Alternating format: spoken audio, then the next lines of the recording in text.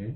Era nalisimente Muwanga agenda kufuuka bulooka wa byabufuzi nga ye yeerabidde omulimu gwe yakolanga omunene. Kati awo wennyini ali mu kuvuma Muwanga Kivumbi amuyise broker wa byabufuzi. Otegedde nti mweno psychological manipulation gyakola asooka n'asetinga kati kankubulireko nze nali bwenti naye ndi bwenti then n'amala n'agamba kati yafuuka bulooka wa byabufuzi. Then awubeera mu campaigning eri abalonzi be obugambe yeerabira omulimu gwe yakola. Abalonzi be bagenda kutwala ki nti takyamanyi byakola. You see this? Yakava kutugamba nti aba opposition beerwanyisa. Essaawa zino ali ku CBS FM ewulizibwa almost abantu bangi nnyo abalonda mu constituency ya Muwanga Kivumbi agamba yafuuka bulooka wa byabufuzi yeerabira omulimu gwakola. Like ate mu birowoozo bya Ibrahim Ssemujju Nganda ayinamu eri mentality nze mugezi. Nze amanyi ani bulooka ani atali bulooka.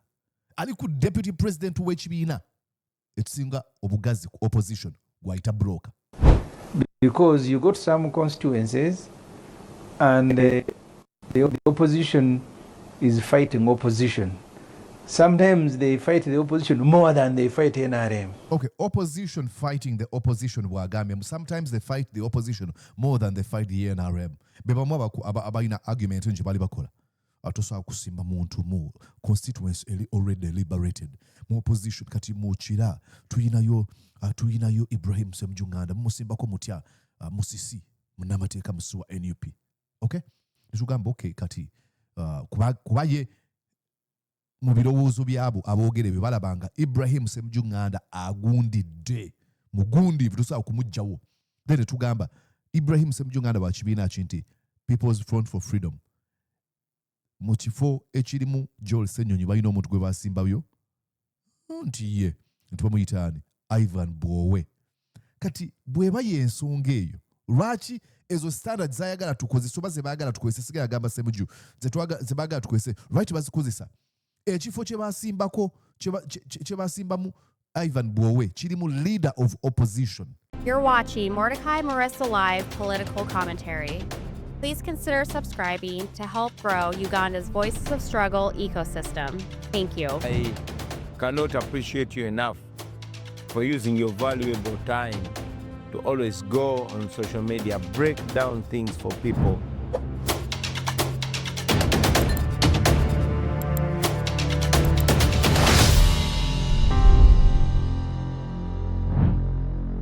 And yes, indeed, okusinzira munda mu ggwanga li United States of America, ogamba otya okansubire nti oli bulungi nze Mordecai Murisa, era nga nkwaniza ku mukutu ogwo Mordecai Murisa live.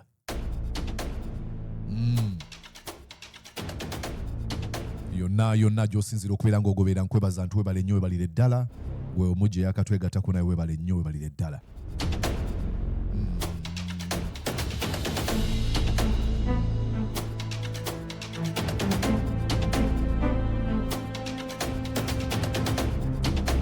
Okay, I wanted to read you this message. Bamuyitani, nadi ngamba abantu okusubscribe. Bamuyita Edema Christopher. Yagambye sebo, I have subscribed. I'm no longer among the balogo. I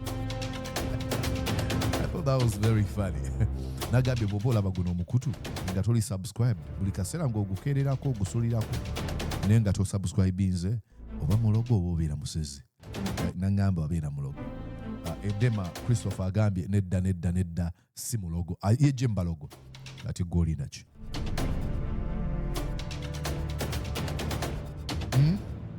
twegateko. And please make sure that you are my evangelists out there. Tell folks to come and join us. Wetegeza tusimbule. Let's do this. So ladies and gentlemen, olwayo tugenda kwogera eno segment is the Jakubeira one on Awali. It's going to be all over the place. I'm calling it politics stupid. Bene tugenda kwogera ku Semujju Ibrahim Nganda then n'ensonga endala zitulakonako. Semujju Ibrahim Nganda ayogera nnyo ku nsonga ey'abamu ku opposition abalumba aba opposition abalala. But Semujju Nganda goes on to do the same thing. Now, ladies and gentlemen, ekyo Semujju gy'akola bakiyita self-righteousness. Look, and I do not want to be here and try to play self-righteousness as well. Self-righteousness is a thing I abhor. Righteousness is a goal, is a mission, is a thing that I want to embody. Naye Semujju Nganda ajana gamba twedwanyisa nnyo aba opposition obudde bwe tumala ku opposition ate n'afuna platform n'akola ekintu kyekimu. Then why is he thinking that ayina olukusa okubeera ng'azannyira abantu ku mutwe? Now oyinza okuba ng'ogobera Semujju Nganda ng'omwagala nnyo oyinza ogamba kati muliisa otandise okulumba Semujju. These are gentlemen I truly respect. They sow the seed. We are germinating as a result of the seed they sow. You know. So kati mukaseera kaneeno bw'abanga ayogera ebintu sigenda gamba kansirike sigenda kumwogerako mba ngamba lwaki weekontana mukulu. I respect these people. Naye bw'akola ensobi sigenda kusirika. Then Ibrahim Ssemujju Nganda alina ekintu ekirala. Ekintu kirena ekirala bw'okireeta under scrutiny, it really falls apart. Oh, mukwano gwange ono yankolera kino eno sisobola kukola kino. Bannange nze mukwano gwange oyo omulaba yanjalira obuliri bwe nali omulwadde ne neebaka kati. Okay, nkitegeera era kirungi okuba nti okirina. Naye bwe tujja ku mukwano gwo okubeera nga yabba bannansi, then tumuleke kubanga mukwano gwo tumuleke tetumugamba ko oyo mukwano gwa Semujju tetumugamba ko bannange. Come on, let me start with playing you this video. Yali ku frontline ebigambo ng'agamba budde tumala nnyo kuba opposition chokanga fe mu kifo ky'okumala ku NRM. Listen. First government of NRM. What comes to your mind when there are all these fierce disagreements? Our disagreement, whether it's Honorable Mpuuga and DF, no whether it is us with anyone else, will affect the way we approach elections. Because you got some constituencies and the opposition is fighting opposition. Sometimes they fight the opposition more than they fight NRM. Okay, opposition fighting the opposition wagambye. Sometimes they fight the opposition more than they fight the NRM. Bebamu abalina argument nje bali bakola. Atosobola kusimba muntu mu constituency already liberated. Mu opposition kati mu kira tuyinayo Ibrahim Ssemujju Nganda musimbako mutya musisi munamateeka musuwa NUP. Okay? Nitugamba okay kati kubaye mu birowoozo byabo aboogere be balabanga Ibrahim Ssemujju Nganda agundidde mugundiivu tosobola kumugjawo. Then tugamba Ibrahim Ssemujju Nganda wa kibiina kinti People's Front for Freedom mu kifo ekirimu Joel Ssenyonyi balina omuntu gwe basimbayo nti ye nti bamuyitaani Ivan Bwowe. Kati bweba y'ensonga eyo lwaki ezo standards zayagala tukozesa oba ze baagala tukozesa sigala agamba Semujju ze baagala tukozesa lwaki bazikozesa? Ekifo kye basimbamu Ivan Bwowe kirimu leader of opposition. Okitegeera NUP baagala kugitwala nga kyakuzanyisa kati agambe beerwanyisa nnyo okusinga abali aba opposition okusinga balwanyisa Museveni bwatyo bwagambye aset the stage. I have seen that in my constituency. The way they are kati ayogera mu constituency insulting me. They have even forgotten there's NRM to fight. No, that's a lie. Actually, then they have to really tell a difference between abawagizi Mordecai Morisa nsobola okujja ono nenwanyisa Ibrahim Ssemujju Nganda oba munabyafuzi omulala yenna byenkola si bya kibiina nze ndi muwagizi ne bwe nzijja nenkuvuma nenkwemula a thing I will never do. Naye bwe nzijja wano eno nenkuvuma kikyamu nnyo okukwata nze byenkoze n'obiteeka ku NUP. NUP si engamba Mulisa katukubidde essaawa bweziti tukugamba teekako ebyuma yino script ebigambo byogenda okugamba Semujju. Nobody does it. But these folks want you to think mu ngeri bwetyo nti NUP yempa ebyokwogera. Anyways, katugende wano eno. Njagala kulaga then I want to show you bwe kyatuuse nga bamubuuza ku Muwanga Kivumbi. Listen. Uzibe nabira mu lusuku. Omusomesa nga tiwena kinaabiro. Ngenze kunoonya kawulo ka Muwanga Kivumbi. Muwanga Kivumbi yesiri nabirayo. Muwanga nasula nga omusomesa wa Kibibi. Naye nga talina na kinaabiro. Obudde mbulinda buzibe nabira mu lusuku. Omusomesa. Njagala oliyo wanena atandikanga amuwa compliments omwagala nnyo ali bwati. Okay? Asooka kumuwaana. Okay? Listen. Nga tiwena kinaabiro. Ngenze kunoonya kawulo ka Muwanga Kivumbi. Lwaki wasonga omusomesa? Muwanga talina nga talina wasobola kutusuza ffenna twali bangi. Nambooze yali yali Gombe, nze nali Kibibi, Sseggona yali Mubulo, noba ne Mpuuga. Nga tuli ba bibiina bya njawulo naye nga tumanyi nti Muwanga is a fighter. Era nali simanyi nti Muwanga agenda kufuuka bulooka wa byabufuzi nga ye yeerabidde omulimu gwe yakolanga omunene. Kati awo wennyini ali mu kuvuma Muwanga Kivumbi amuyise broker wa byabufuzi. Otegedde nti mweno psychological manipulation gyakola asooka n'asetinga kati kankubulireko nze nali bwenti naye ndi bwenti then n'amala n'agamba kati yafuuka bulooka wa byabufuzi. Then awubeera mu campaigning eri abalonzi be obugambe yeerabira omulimu gwe yakola. Abalonzi be bagenda kutwala ki nti takyamanyi byakola. You see this?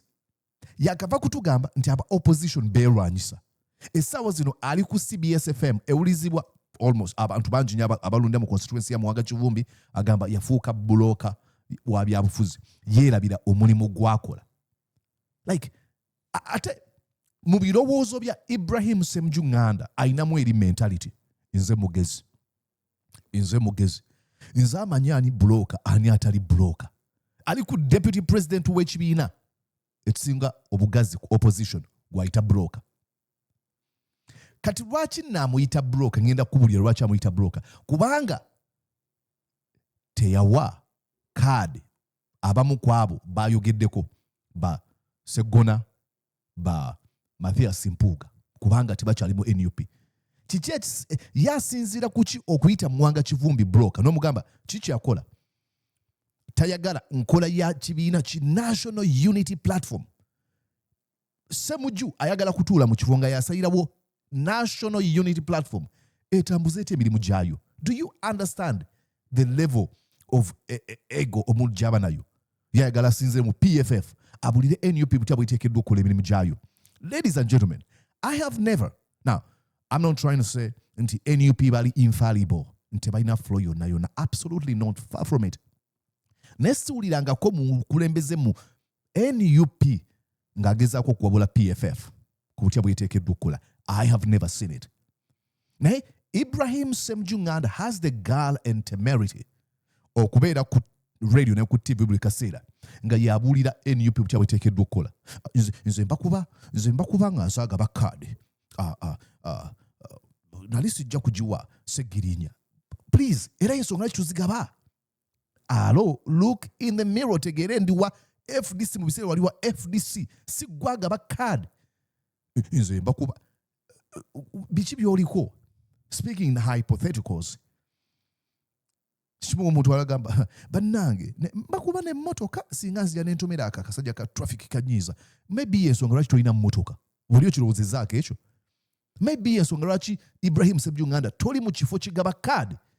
Kubanga maybe oyinza okuba tomanyi kusengejja bulungi kumanya ani ateekeddwa okubeera nga weebwa card. Mbakuba nze kino ali saawa zino yavuma ani tweyongere tulize kyayongerako bulooka kinene nnyo bigamulumu kati guteekawo kitono owulira nti bamugambye nti that sounds like an insult nga gye yayogedde kwali kati guteekawo ekitono nze nkyogedde. These are people. They just want to play your mind. Kubanga nkwesiza nkugamba nti yengeri gye twayiniramu ebyobufuzi. Nti nze nali ngenze nendesewa amaka gange. Omuntu atalina kinaabiro saagala kubulira mu kisenge nasulanga mu bwalabikanga. Naye nga naabira mu lusuku nga bumaze kuziba. Onoonya kaluka Muwanga Kivumbi. Era naye wange yajjanga n'abala. So nze ndowooza kiyinza okuba kati nga tulinamu obuzibu. Ate emabega kaawo tuwali tukola ekibiina kya PFF ne tuwandiikira bano ba Joyce aba NUP. Era Lubongo y'anaatuweereza miliyoni ezi ne tutuuza delegates conference. Ffe nga tulaba abanywanyi tulina kutambulira wamu. Era nga tukirinaawo ne bali bagulawo ekitebe Besigye we yali omugenyi omukulu. Sinategeera wayogera webawukanira NUP we yawukana ne PFF. Sinategeera. Like this conversation is all hollow. Like vague. Tanaba kwogera nti NUP ne PFF baawukanye bwe bati agamba NUP yawaayo millions 5 nga PFF etongoza ekibiina kyayo FDC wa base judge ku NUP ndaba enkolagana weeri naye enkola ya NUP okubanga ekola ebintu byayo kyeki ye mu birowoozo bya Ibrahim Ssemujju Nganda lwaki mukola ebintu nga temunneebuuzizzaako Obwasseruganda obudde tebunnayita kubanga tulina olutalo olw'okulwanyisa Museveni nagambye obwasseruganda obwo weebuli obwasseruganda bwa Ibrahim Ssemujju Nganda ayagala obwasseruganda obwo nga ya dictating terms. No sir, no, you're not going to dictate terms as obwasseruganda. There's an independent entity, an institution called the National Unity Platform with its leaders, and they make their own decisions. I haven't seen omuntu yenna mu NUP ng'obukulembeze ng'avuma Ibrahim Ssemujju Nganda va ku bawagizi abutuusa okubafuga nga bwe gambye essaawa zino bino byenkola Bobi Wine simanyi kyali mukola mukana akasana n'abakulembeze abalala tusobola kunnenya byenjogera nti Bobi Wine yabiŋŋambye naye obwasseruganda yalowooza buvuddewo butya. He cannot explain that. Kawempe nti mumuli wano mukyala wange ebyokuzanyirira abantu bwe bakula ne bakaddiwa batandika ebyabwe okubisikiza batabani baabwe.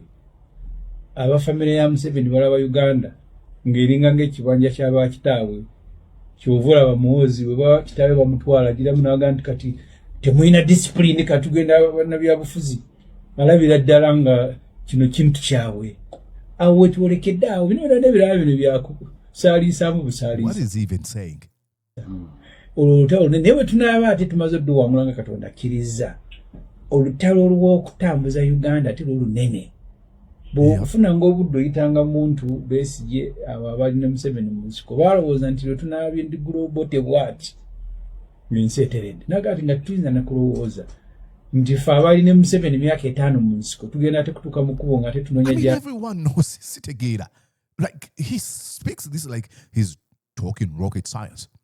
I mean, even dismantling the Musevenism as a system is going to be an uphill task. So, Rachi yalowooza nti byayogera ate yabimanyi. Kulwanagana Museveni. So, entalo bbiri nkulu. Abantu abamu batunuulira nnyo luno olusooka ne beerabira oluddako. Olwo ojja kusanga n'abe bano bakakoza kakwa kano kakoza ajyamu obwaradisi bwa nakapiripiri nga naye tumunoonye tumusinise nakapiripiri agenze kola bwaradisi bamugenda muwa mu government yamu abusobola kakoza omulaba ngo bwaradisi bw'omugwanisi kati tusuubira kunze bona bwana nga tubuwabala kuba kati mubuwabala kyokwebaza ate oyomba mubuwabala egi yange agali obwaradisi kyokwebaza ato eggwanga mukapiripiti kulitambuza olwokuba lirimu abantu bano bakakoza ne baba temwagala mu Uganda sigala nga mwali era nga y'omu ku bannannyini b'ensi era olina omumusaavinga bulungi.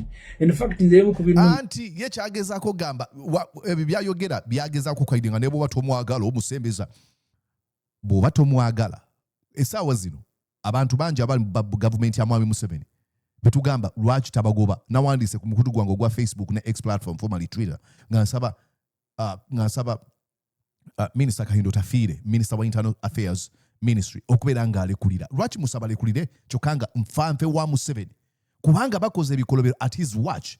Muganda we Amos ali mu tocha dungeon we twogerera mugamba vayo vamu ekifo. You cannot preach democracy at the same time legitimizing omuntu ali ku helm eya dictatorship. Nandibadde ngamba bano ab'omukwano baneno bane tubaleke tubaleke balwana bonna mu nsikabo beemanyi ba mukwano lwaki tubaleke. That's the argument gyana dakola. But because we know that some values triumph override, they go beyond friendship. Nti ne bw'oba oli mukwano gwange Ibrahim Ssemujju Nganda olina ekintu ky'osobola okukola ne ngamba okay, I think this is too much, and cut that what we call friendship. Jeez. Okay. Bw'obutasavinga ko Uganda nga Museveni akyalinamu embavu n'atuula ewuwe n'alaba Uganda ng'etambula bulungi.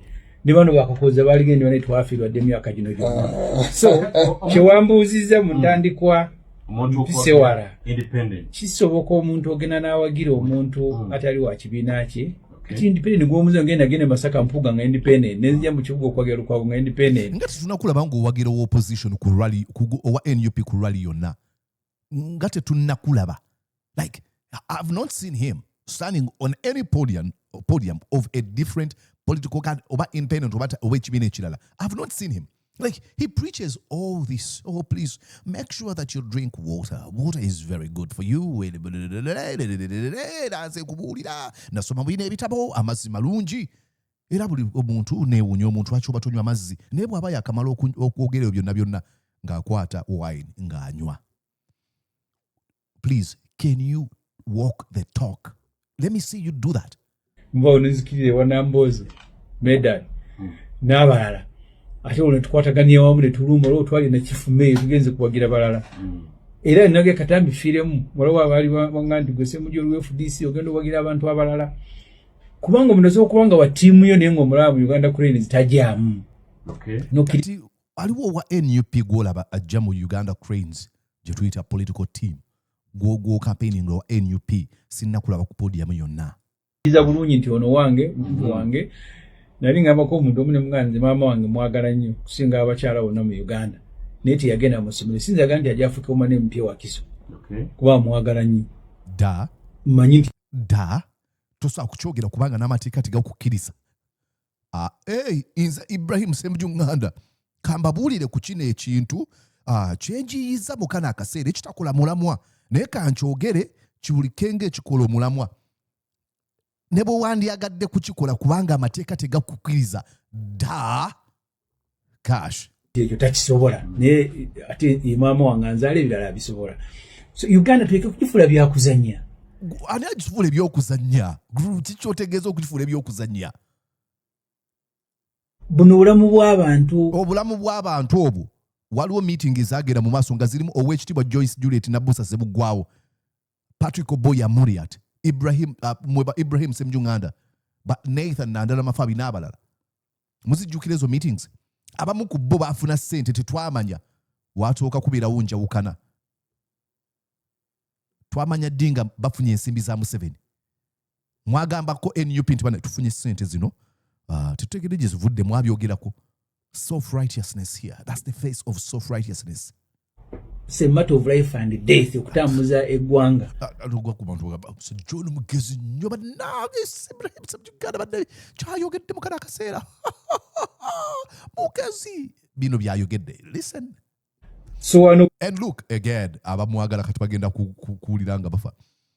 I totally believe Ibrahim Ssemujju Nganda is a smart, intelligent man. He's a value. He's an additional value. He's great value to the Ugandan parliament. But he's not irreplaceable. He's replaceable. Just like me, I die today. Tomorrow comes another person who does what I do and even much more better. It becomes so stupid. It is the height of an egotistical mind for Mordecai Morisa to sit here and be like, okay, he's a Mordecai Morisa. Kubino byenkola teri yali abikoze era teri asobola kubikola. No. Stupid idea.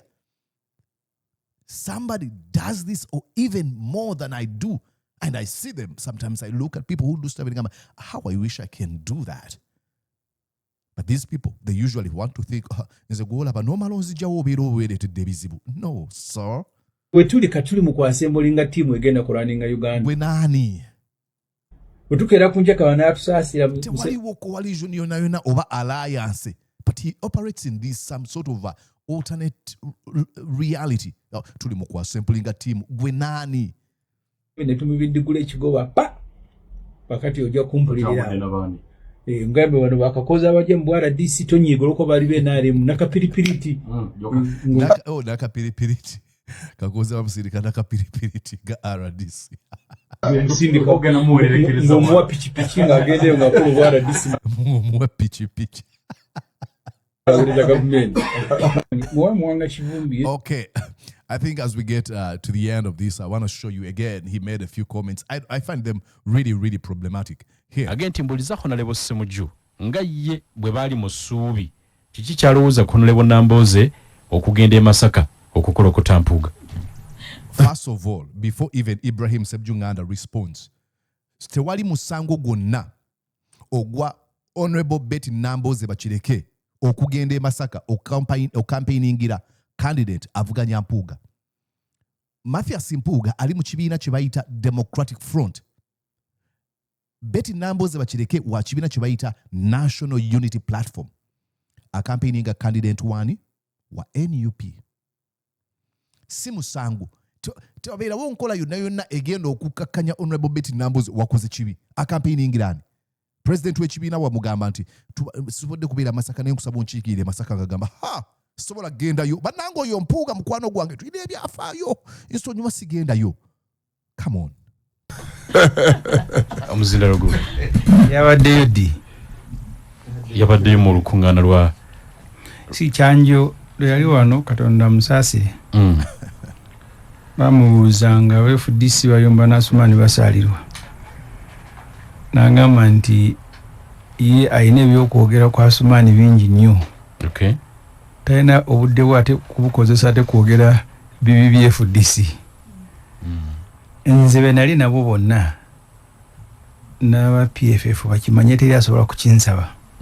Tosobola kuntuma wa Nambooze. Tosobola kuntuma wa Nambooze. Again, obubunnanfuusi bino byonna byayogera bya bulima twabiraba. Like I say, all these arguments when brought into scrutiny, they really crumble. One, bye yali ayogera mumujjukira. Isereko tosobola kunaba erinnya nsereko nga nnyibiridde nkutte ekiso nsala kusamba obulago muganda munnange gye byakkira munnanfuusi mubi mukolimidde bino byonna babyogera boogezi. There's a very, very popular saying that, you know, there's no permanent enemy and permanent friend in politics. Teri mukwano bamulabe walubeerera. And omuntu okuva n'agamba tosobola kunsindika woono nga muvuga. And then kitegeeza you don't have any values. Because if your friendship with someone zigenda kukuziba amaaso nti ne waakola ekikolobero ogamba nandibadde njogera naye mukwano gwange. Then why do we even blame Museveni? Why? Kubanga abantu ba protectinga mikwano gye abamu bamuyirawo omubiri nga bagenda kumutta. Abamu ku bo be basaanyawo ebifo omwali abalabe be. Kate Semujju batera okugamba batta abantu lwaki tubanenya? Kubanga bwetubanga kyetusinga okufaako mukwano tosobola kunsindika wa Betty Nambooze, tosobola kunsindika wa Medad, tosobola kunsindika wa Muwanga. Tuli mu kabiina ke baali bayita Ssuubi, akabiina akabalimu bali untouchable. Twakola endagaano etali mpandiike egamba mukwano gwange takola nsobi ne bw'aba agikoze sigirabye. Ekyo nga tosobola gwenyini okibuuzizza nga ansi ogimanyi. Tosobola kuntuma wa Nambooze, tosobola kuntuma wa Mpuuga, tosobola kuntuma wa Muwanga Kivumbi nga Muwanga yansuza mu nju nga temuli kinaabiro naabiro. Now you get where he's going. Yageza kugamba nti value, it's not value, I don't really, the hypocrisy that I have of protecting folks abali musako yange kasa baba nkwano je ne bakola ensobi sigenda kwafaako normally akyateekeddwa okuba nakyo. Please, Ibrahim Ssemujju Nganda, I want to talk to you. You have your set of values, okay? Do not think that other people have the same values. And please open your eyes, Ibrahim Ssemujju Nganda. I have immense respect for you. I have so much admiration for what you do. And I've always been an admirer. But you belong to the People's Front for Freedom, PFF. There's a separate political entity called National Unity Platform. It makes its independent decisions. They don't have to come for your consultation. And Ibrahim Ssemujju Nganda, as we speak right now, there's no alliance or some sort of a coalition where opposition folks have come together and are preparing for some gigantic task ahead. No, that hasn't manifested yet. So, essaawa zino abantu bakola ebintu byakola mu bibiina byabwe. Stop pretending that like oteekeddwa okuwabula abantu abala kutya bateekeddwa okukola emirimu gyabwe. Oli mugezi, absolutely. Naye obugezi bwo businge kukola mu PFF, okay? Tewali buzibu na bugezi bwonna sibuwalana. Naye mpala n'ekyo kye bayita elitism. Omanyi? was speaking to somebody nangamba Nambooze Mulisa. Abantu abagamba nti simanya abantu abogera enzungu abambala amakoti abasoma ate benyini nabo basoma. Yeah, and I was explaining them this past week. There's a difference between elitism and then n'obwivu ddala. Elitism is yendowooza ebeera muntu gagamba omugezi ateekeddwa okubanga ayambala essuuti ng'eyange, yasomera mu ssomero ng'eryange, ayogera olungereza ng'olwange, yagenda mu masomero oba amatendekero bwe gati. That is elitism. No. Tekiteekeddwa okubeera bwe kityo. Leka NUP ekole ebyayo, kola ebibyo. Bannange. Anyways, ngamaliriza. Have you seen these guys? This is a very funny thing, a sight to behold, I should tell you. Was it on, where was it? There was a funny clip that I watched, and it was, where is it? Do I have it? Maybe I didn't save it. Should have shown you that clip before I head out. It was, I think I can get it. Let me type here. Oh yeah, it's right here. Omusirikale ono yagambye nti abantu betwalabanga bakuba abawagizi ba NUP bobene wali ekiruula letubalabanga bakutte kibooko nti baali balunzi. There's a certain level y'obusirusiru bw'otuukako n'ogamba kikino naye eyamuviiriddemu ye Mama Miriam Matembe. Watch this. People have a belief that everything the police is doing is wrong, which is contrary to that. Mm-hmm. Now, I was looking at the same video I think you're looking at. The policemen you're saying were standing watching are the same policemen that were separating the other group from fighting with this other group. Do you want not arresting? No. People want to fight. It's a two groups. Two groups are fighting. Not so? Do you want to tell me the police should take one side? Two groups are... Did you see that anywhere? Fighting? Yes. You need to look at the whole video. This Nyaika guy, wewe una Nyaika, wewe. Wewe, funga mdomo yako. Two groups are fighting. You need to look at the whole video. There was a group putting on yellow. Waliwo eyetegese okuba bomu omulengero ono Mama Miriam Matembe. Okay. There's another group armed with sticks. But that's a cattle corridor. Ababadde n'ekibooko eyo balundira yente mukimanyi. Miriam Matembe. Should know. Okay. So many of the people... No, honorable. Don't provoke us. Many of the people around that area are herdsmen. And everyone knows it that they walk with their sticks. Konkane babaseruwaza bus. Nti naye babasiruwaza bantu mwe. No. Honestly. So, the police was... Who was this guy speaking for police? The one who was removed. Kaima. No. Honestly. The one who was very ridiculous. Enanga. You are becoming an Enanga. He's even going beyond Fred Enanga. Hello. My name is Mordecai Morisa. I'm super glad to have you here, folks. For all of you that are subscribing, I can appreciate you enough.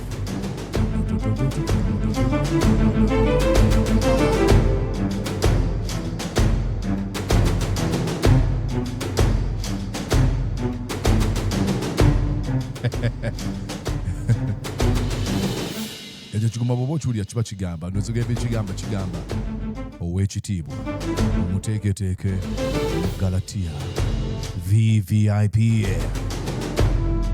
President Za Emperor King MVP. Anyways, tunaba tugingana nkwagaliza okubeera bulungi. Sigala wano ndeeta exclusive olunaku olw'enkya ku makya ojja gyegomba so ojja gyegomba ojja ginyumya. So see you there.